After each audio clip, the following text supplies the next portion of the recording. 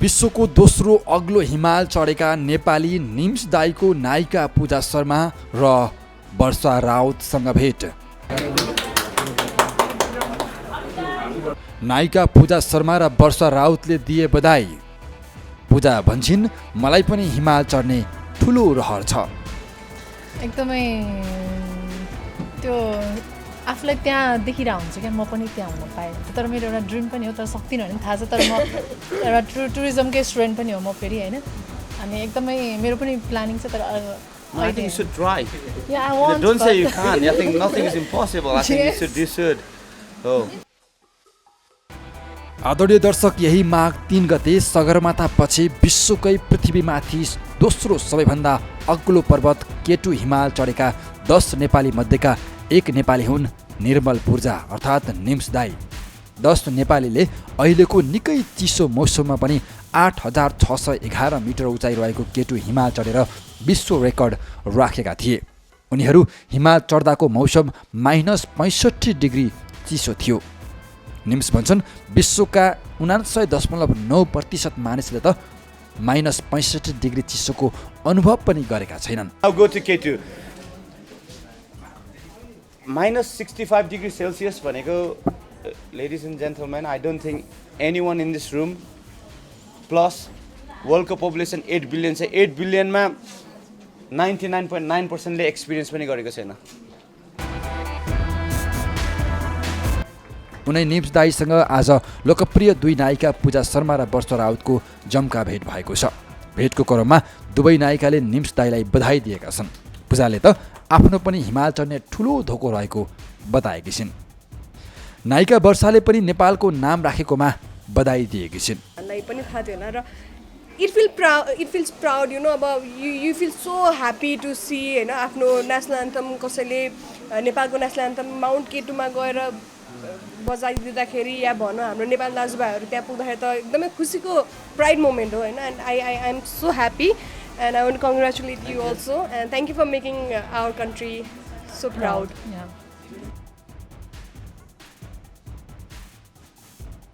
उनीहरूको भेट ललितपुर स्थित अनानिकी ब्युटी सलोन एन्ड स्पाको उद्घाटन कार्यक्रममा भएको थियो।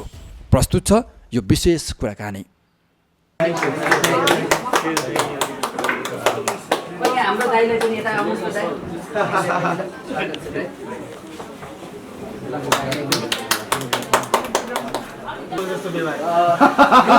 विशेष गरी हाम्रो उहाँहरू तीनजनाको लागि भनेर चाहिँ हाम्रो आज अब यो लकडाउनले गर्दा सबै यस्तो खालको भयो। अब सौतेनी व्यवहारको रूपले नबुझिदिनुहोस्, लकडाउनको कन्डिसनमा यस्तो भइदियो है। अनि Absolute privilege and honor to be here as a guest. I don't know, I think I'm open to the questions rather than, you know, I'm just like talking one way. So if there's any questions, feel free to fire at my direction, and I think let's make this in a two-way thing, I guess. I know, Yes.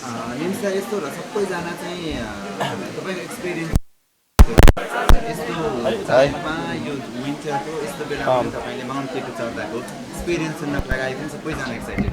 Okay. We don't realize, you know, how difficult it is when it's the moment of life and death. I know.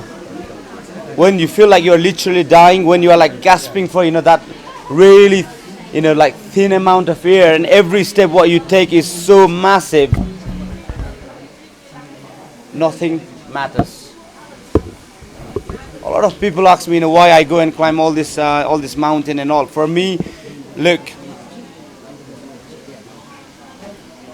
I'm an adventure person. You know, if I go to sea level and all that, I don't really feel the importance of living. You know, when literally I felt like, okay, my one decision could make me alive, and equally that decision probably would kill me. Then living my life at that moment, every time, you know, I live, you know, hundreds of life, and I want to live in the moment, and that's why I do this kind of stuff. But K2 winter, okay, K2 is the world's second highest mountain. It was the hardest, and it is the hardest, the greatest, and the last mountain that was still remain unconquered.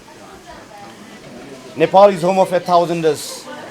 Nepal has got 8,000 meter peak. Can we ask the noise to keep the people quiet please. Hey. So when it's good to talk about here and maybe we don't feel the difference, but when you go in international platform and people say, okay, you guys are from Nepal, you know, everybody know about the Sherpa, the climbing community in Nepal and all, but then what have you actually done? Then you feel really hurt. You feel really hurtful. The other thing as well is, as I keep saying, you know, home of 1,000 days. सबैले भन्छ नि त हाम्रो नेपालमा शेर्पाहरूले गर्दा हिमाल चढाए यताउति गरे, तर कुनै पनि खेलाडीलाई तपाईँ युसेन बोल्ट होस्, तपाईँ मोहम्मद अली होस्, जोसुकै ब्रुस ली, तपाईँले जो भन्नुहुन्छ यस्तो ग्रेट अल टाइम लेजेन्ड्सहरूलाई तपाईँले रेकर्डहरू चाहिँ प्र्याक्टिसमा मात्र ब्रेक गर्यो भने इट डजन्ट मिन एनिथिङ. प्र्याक्टिसमा चाहिँ रेकर्ड ब्रेक गर्ने, तपाईँले चाहिँ टाइमिङ 100 मिटरको 200 मिटरको ब्रेक गर्ने, वर्ल्ड कप र ओलम्पिक कहिले नजित्यो भने मजा आउँदैन नि त होइन. त्यसले गर्दाखेरि चाहिँ 1000 मिटर पिक भनेको चाहिँ डेथ जोनभन्दा एबभको पिकहरू चाहिँ सबै हाम्रो इन्टरनेसनल क्लाइम्बिङ फ्रेन्ड्सहरूको नाममा थियो है. बाँकी थियो जम्मा एउटा K2 है. मेरो त योचोटि जाने प्लान पनि थिएन, तर सबै 40 इन्टरनेसनल क्लाइम्बिङ फ्रेन्ड्सहरू चाहिँ वहाँ गएपछि चाहिँ म पनि हतारमा गएँ. किनभने यो भनेको चाहिँ if I don't do this with my team and all that then our chance is gone. Once the history is written, it's written, right? So we went over there with one aim to get something, obviously for the Nepalese climbing community, and something, you know, for our future generation. And the whole thing about this K2 winter is it's not only about climbing mountains, guys. You know, we all have our own mountain in life to climb, but with a positive mindset, determination, self-discipline, hard work, you can make anything possible. Now go to K2. Minus 65 degrees Celsius, ladies and gentlemen, I don't think anyone in this room, plus World Cup population 8 billion, 8 billion ma 99.9% ले experience पनि गरेको छैन. मैले भने नि अब जब यसरी कुरा गर्दा छुट्टै हुन्छ, जुन मोमेन्टमा चाहिँ जिउ जान्छ आफू मर्छ भन्ने खालको कुरा आउँछ नि, त्यतिखेर चाहिँ what you need is your goal. The reason why you are doing this kind of greater things has to be bigger than you. It has to be, bigger than your selfish agenda. It wasn't for name and glory, to be honest. Hey, हाम्रो टिमको लागि, we just wanted to do something for, obviously, for Nepal, our climbing community, and equally, the world is right now going through so many issues, two big issues. We got like COVID-19, the pandemic issues. The second one is global crisis, the climate change. We're from Nepal. And what we wanted to show the world, in a manner how we climbed the K2 was, we literally stopped 10 meters before the summit. हैन, समिटको अगाडि मान्छेले सधैँसम्म चाहिँ एकजना दुईजना गएको हुन्छ नि त हैन, तर यसमा चाहिँ हामीले के हो भने दाजुभाइ हामी सबैले इक्वल दुःख गरेको छ. Okay, we stopped अनि हामी सबैले brothers to brothers, soldiers to soldiers, we sang our national anthem and we submitted together, and the message was very powerful. The message was that if you unite, you can show the world that nothing is impossible. Plus, right now, not only Nepal, with everything as I said, there's a lot of problem going around there. I always have said this, and I will always say this. There's only one race in the world. That is a human race. Why did dinosaurs they got extinct? Because they couldn't adapt, right?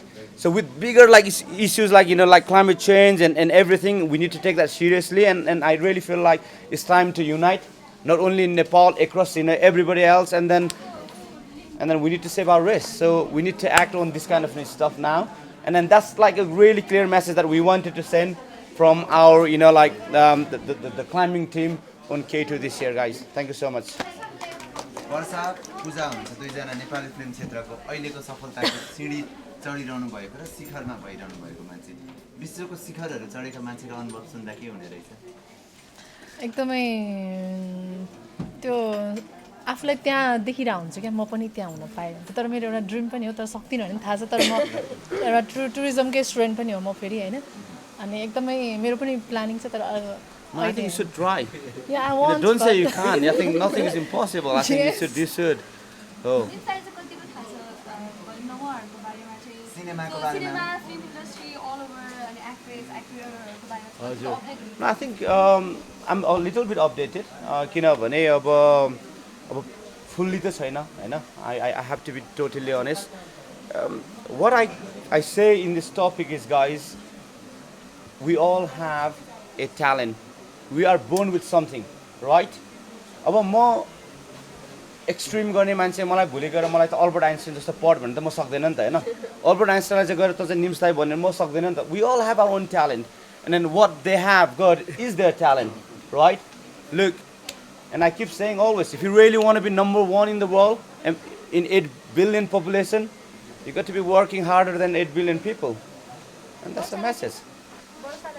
हजुर वर्षाले चाहिँ कतिको follow गर्नु भएको थियो उहाँहरूको भिडियोहरू एकदमै धेरै सोसियल मिडियामा आएको थियो न्युजहरू पनि आएको थियो जतिखेर उहाँहरू बर्थडे भएको थियो सो त्यो बेला चाहिँ फेरि update obviously updated I think सबैजना नै अपडेट हुनुभएको थियो होला यहाँ अहिले आइरहनु भएको सबैजनालाई पनि थाहा थियो होला र it feels proud you know अब you feel so happy to see होइन आफ्नो नेसनल एन्थम कसैले नेपालको नेसनल एन्थम माउन्ट केटुमा गएर बजाइदिँदाखेरि या भनौँ हाम्रो नेपाली दाजुभाइहरू त्यहाँ पुग्दाखेरि त एकदमै खुसीको प्राइड मोमेन्ट हो होइन and I am so happy and I want congratulate you also and thank you for making our country so proud. Yeah. Thank you. Thank you. Thank you so much. Okay.